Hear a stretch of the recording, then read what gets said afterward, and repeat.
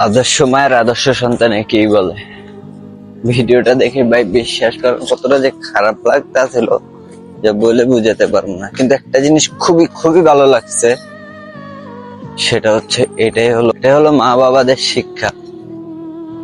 আজকাল জেনারেশনে আপনি দেখবেন অনেক ফ্যামিলি পরিবার আছে যে পরিবারগুলো নিজের সন্তানকে ঠিকভাবে শিক্ষা দিতে পারে না।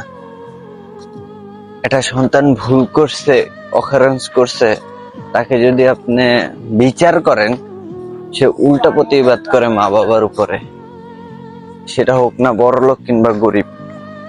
সন্তান অন্যায় করবে, মা বাবা শিক্ষা দেওয়াটাই উত্তম, বিচার করবে এটাই নিয়ম।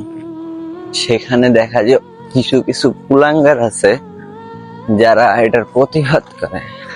তার মা একটা মারছে, উল্টা দুইটা মারে তার মা বাবাকে। এমন হাজার ফ্যামিলির সন্তান আছে যা আপনি দেখলেই খুঁজে পাবেন।